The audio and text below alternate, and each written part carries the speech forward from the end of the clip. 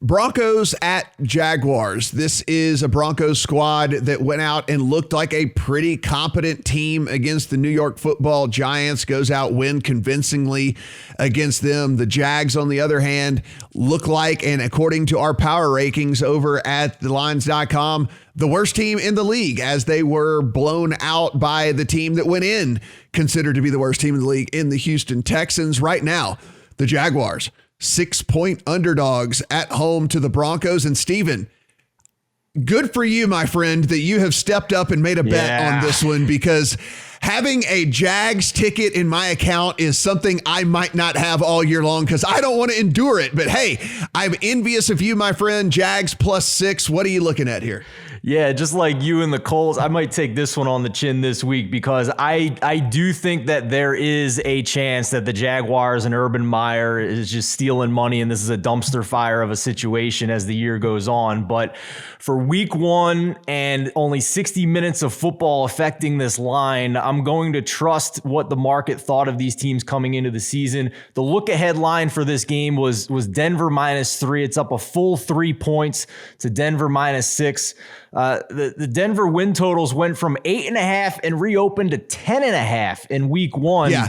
So just to point that out, that's egregious, by the way. That is completely egregious. A 5-win team from last year that brings in Teddy Bridgewater and then loses their number one wide receiver for half the season in week one. Cortland Sutton did not look fully healthy, by the way, and they jumped two full wins in the win total market.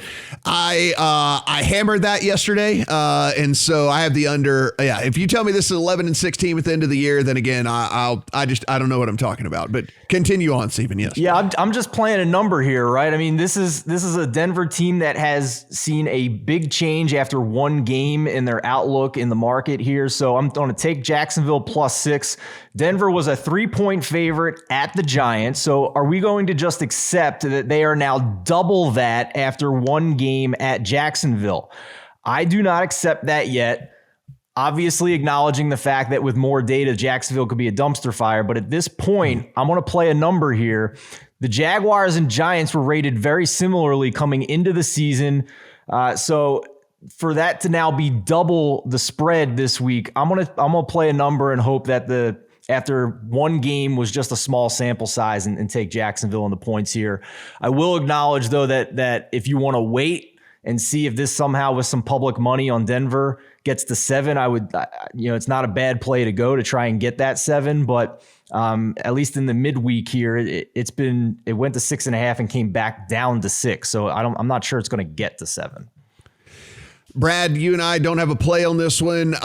Broncos, I will ask you a question, though. Broncos, real or fake? Is it just because they played the Giants there in week one? And do you think this Jags team is as bad as they showed in week one?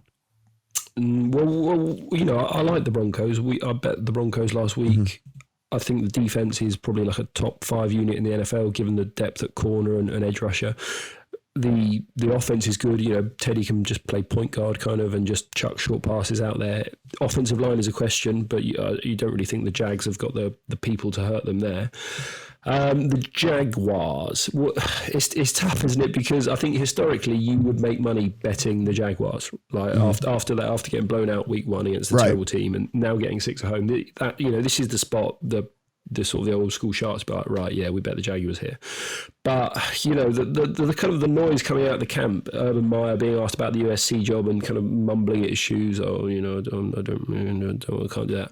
So and in general, the Jags just looked underprepared, and all off season long, there's been mumblings about how like Urban Meyer doesn't want to be there. The players aren't responding to his kind of rah-rah college attitude. So it might genuinely just be a dumpster fire. So as I say, I think the Broncos are a good team, so I don't really want to bet against them with a possible garbage team. So I'm just staying away and trying to learn some more. A very good chance this is the last time I bet on the Jaguars all season. We'll see. Yeah, like I said, Godspeed to you, my friend, holding a Jags ticket.